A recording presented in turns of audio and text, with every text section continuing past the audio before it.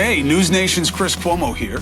Now, on our show, I've made a commitment to you that we're going to give you the stories that matter. We're going to give it to you straight. We're also going to stay on those stories because that is rare in this business. It's rare in this world.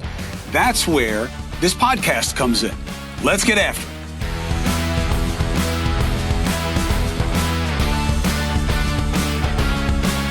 Thank you for joining us tonight here at NewsNation. I'm Chris Cuomo. The big question is why? Now, I think the fact that so many people are asking is proof of the problem that confronts us. Why even ask why? Why wouldn't conversation be natural? The answer is simple here. Because their way isn't working. The way we're conducting our politics and our media is not working. It's not helping. In fact, it's hurting us. It's driving us apart. The disease is division, even when it's couched in the art of the interview and the clever, and you have to check them on the blah, blah, blah. This is not a joust. This is not a college debating. That's the theatricality of some BS contest to be judged by your peers. Has any of it moved the needle except to give someone a chance to pat themselves on the back and from their like-minded people? More and more people only want to hear what confirms what they want to be true. Confirmation bias. A culture based not on curiosity, but closed-minded reliance on groupthink. Add to this the media and the establishment response to this malady. Either it's a joust and it's a thing, who's the smarter and the gotcha, and all that BS theatricality. Or efforts to limit what is found to be offensive or manipulative or misleading.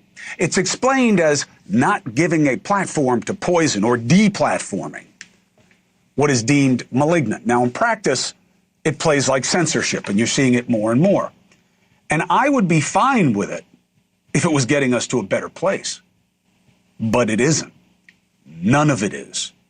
All of it is adding to the division and allowing the power players in the establishment to use it to advantage. The only beneficiaries of this battle to the bottom are the same people who feed it most.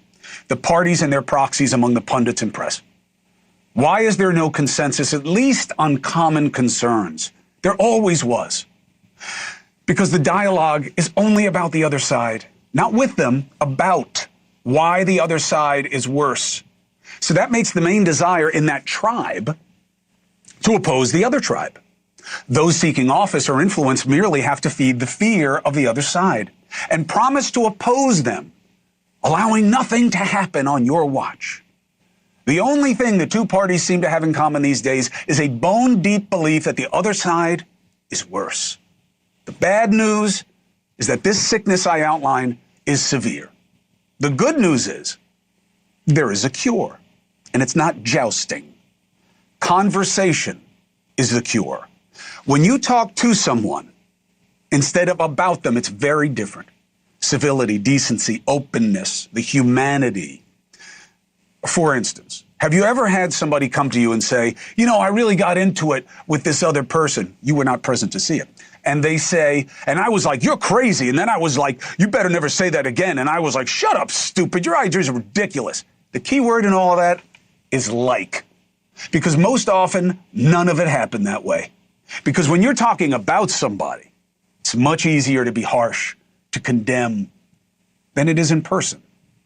And that's good. And we know that from every other area of our lives, other than our politics. Even when there's disagreement, there's just as often areas of common concern. Parenting, partnering, professionally, with pals, all of it. All right, look, we don't agree with this, but what are we going to do about it? Okay? How did we get here? We don't know, but what are we going to do? That's been taken from us by this two-party silo system, and I believe the cure is conversation. The other day I was with power player Patrick Bet-David. Love him. And conservative flamethrower Candace Owens. Hadn't met her before. We were together for a morning last week in what PBD calls the Lion's Den, a room filled largely with concerned conservatives. We went through a number of issues. Owens playing to the crowd, arguing a number of propositions that I certainly don't agree with or see the same way, some of which are just a matter of opinion or preference. Some are about feelings over fact. But it was nothing like you would expect it to have been, certainly on Twitter. There was respect, not rancor. There was conversation, not competition. And the benefit was clear in the aftermath by the audience. I wasn't there to make people change sides. I don't have a side. I was there to allow people an opportunity to be open to ideas and suggestions other than those that they have been pounded with repeatedly by pundits and platforms. And it resonated because there were common concerns. And that created space to shift the dynamic from the feud between us to the men and women who are supposed to be addressing our concerns and creating policies that we can vote on. The interesting thing is how different it was processed in the digital media. Everything was about a gotcha here and Owens owning me, and Owens being depicted as unhinged on the other side. It was such a stark contrast between the conversation we had with the audience and this fomented fugazi consternation. Social media is cancer. Conversation is the cure. So, why Tucker Carlson? Because often I don't like what he says. Because I am perceived as his enemy. Because I don't like how he came after me for no good reason on such a regular basis. And because the man we both rely on for legal counsel, the brilliant Brian Friedman, was right when he asked me to reach out to Tucker after he was fired. I thought it was a joke. And then he explained to me exactly what I'm telling you right now. That it doesn't have to be about the disagreement. It's about shared human experience, in our case, having gone through similar types of public humiliation. Because at the end of the day, what matters is how we connect as human beings. We're all struggling in one way or another. We all want better. We want the same things for ourselves and our families. And we need to get back to that understanding. So that's why I'm rejecting the idea that I shouldn't do this, or the only way I can do it is if I sit across from Tucker and take a sledgehammer to every idea he has and shows that I'm smarter and more cogent and better and expose him as some completely, useless person. I get the expectation. I get the sport. I made a name for myself for 20 years getting after it that way with all types. You can Google it. I just don't think it's working anywhere anymore. So what if instead of a food fight, we lay out areas that matter and what they mean to each, and we let you decide what value they have? A conversation, policy, of course, politics, and you decide.